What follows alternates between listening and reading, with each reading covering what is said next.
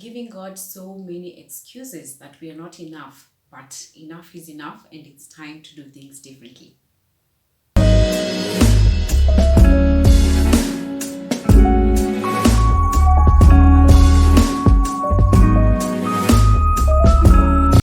Hi guys, happy Monday. Welcome to another episode of Motivation Monday. My name is Jane Barry. I'm so glad to have you here. If you're new, karibu sana. Please consider hitting the subscribe button. I would really appreciate it if you became part of this growing family. Also the notification gang, I thank you guys so much for the support, and let's continue growing and glowing in this space.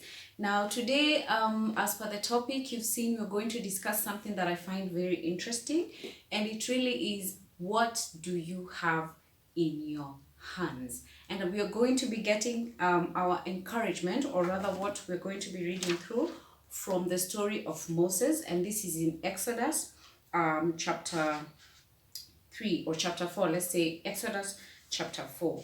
Now, before I share this story, I think you will agree with me, or maybe this is just my thinking. I really love the relationship that Moses had with God, and I feel like there was an intimate connection between Moses and God.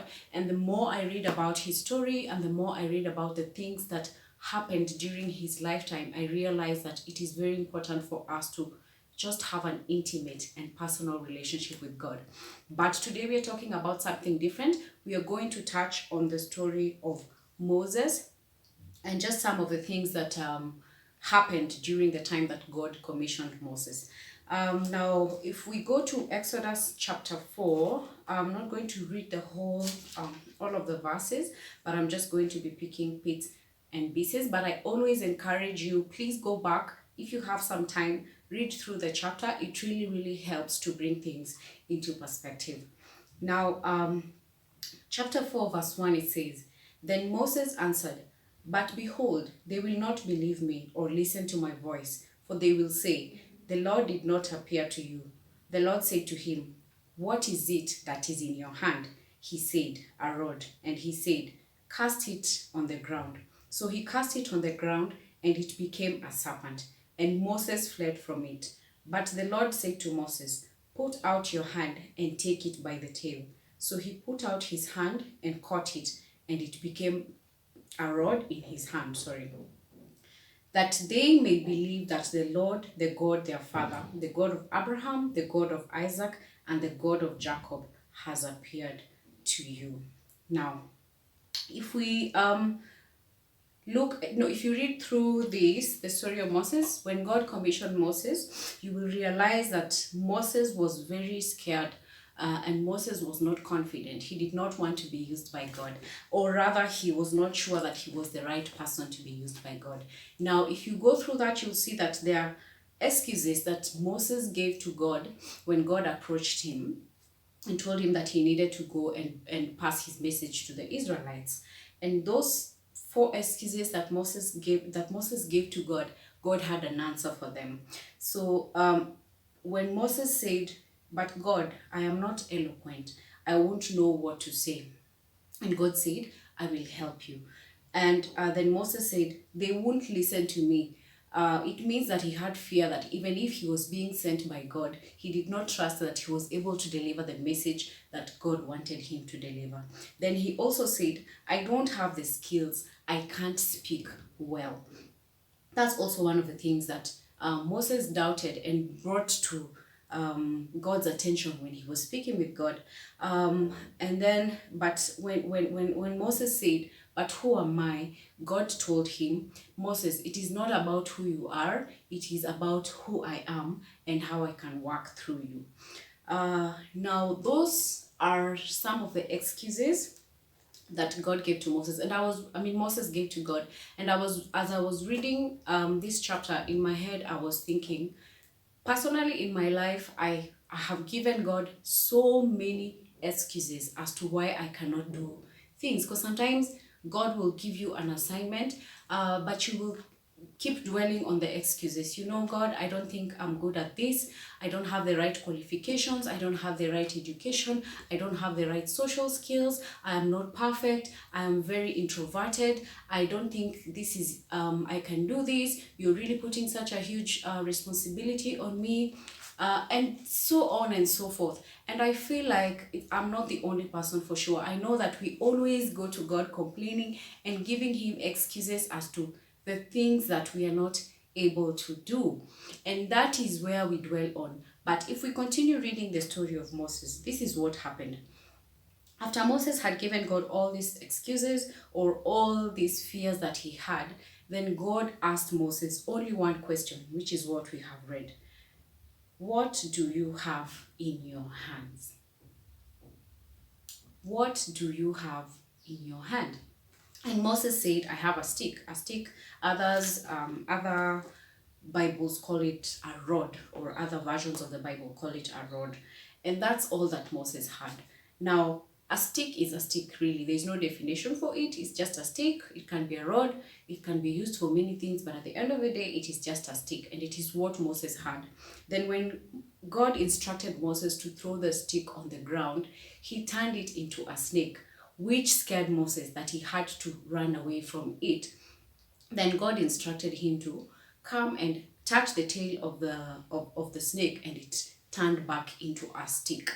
The way I understand this chapter, or rather this verse, is that God will use what you have in your hand, and and everybody has something in their hand, to be sure.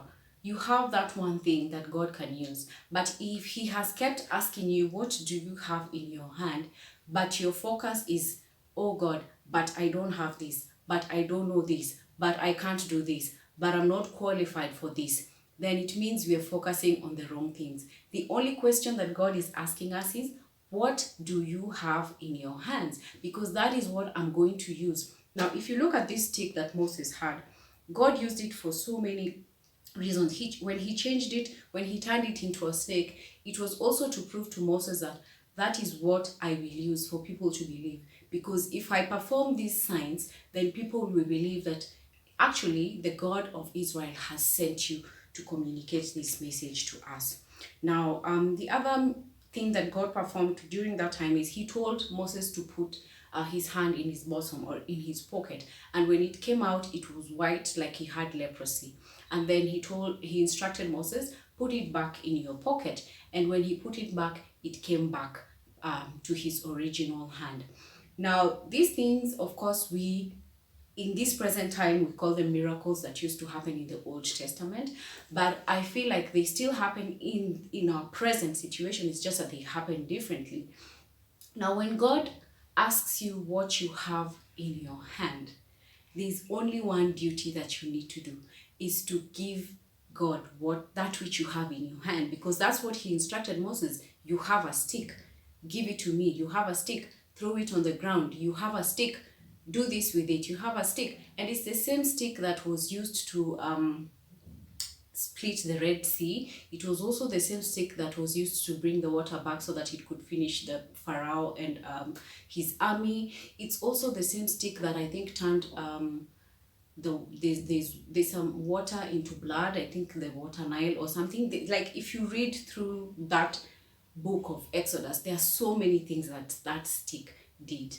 So for me, I feel like God is asking us, what do you have in your hand? Because that which you have in your hand is that which He's going to use. And if you only have it in your hand but you keep holding on to it, then you're not giving God the opportunity to use that to bless you.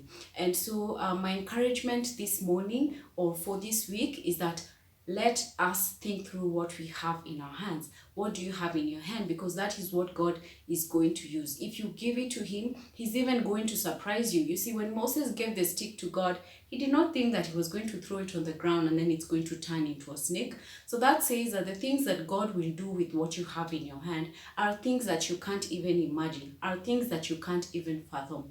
But what you have to do first is stop creating excuses. Stop thinking you're not enough. Stop thinking you don't have the right qualifications. Stop thinking you don't have the money. Stop thinking you're not important. Stop thinking that it cannot be you, because God will use that, the smallest thing you have in your hand that you don't think is important, that is what God will use to bless you beyond measure.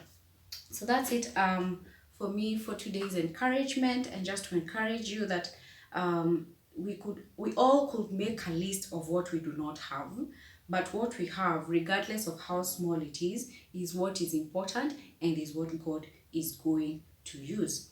What you have you made it available for God to use? Because when God gets in a thing, it is not the same anymore.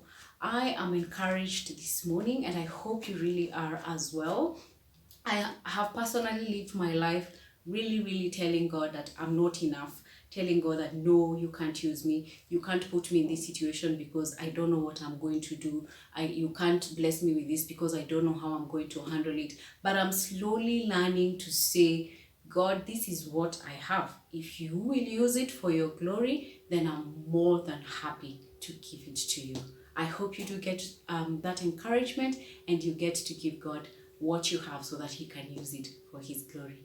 Thank you so much for watching. Have a beautiful week. May God bless you. May God keep you. And I hope to see you next week, Monday. Same place, same time. Have a good week. Bye.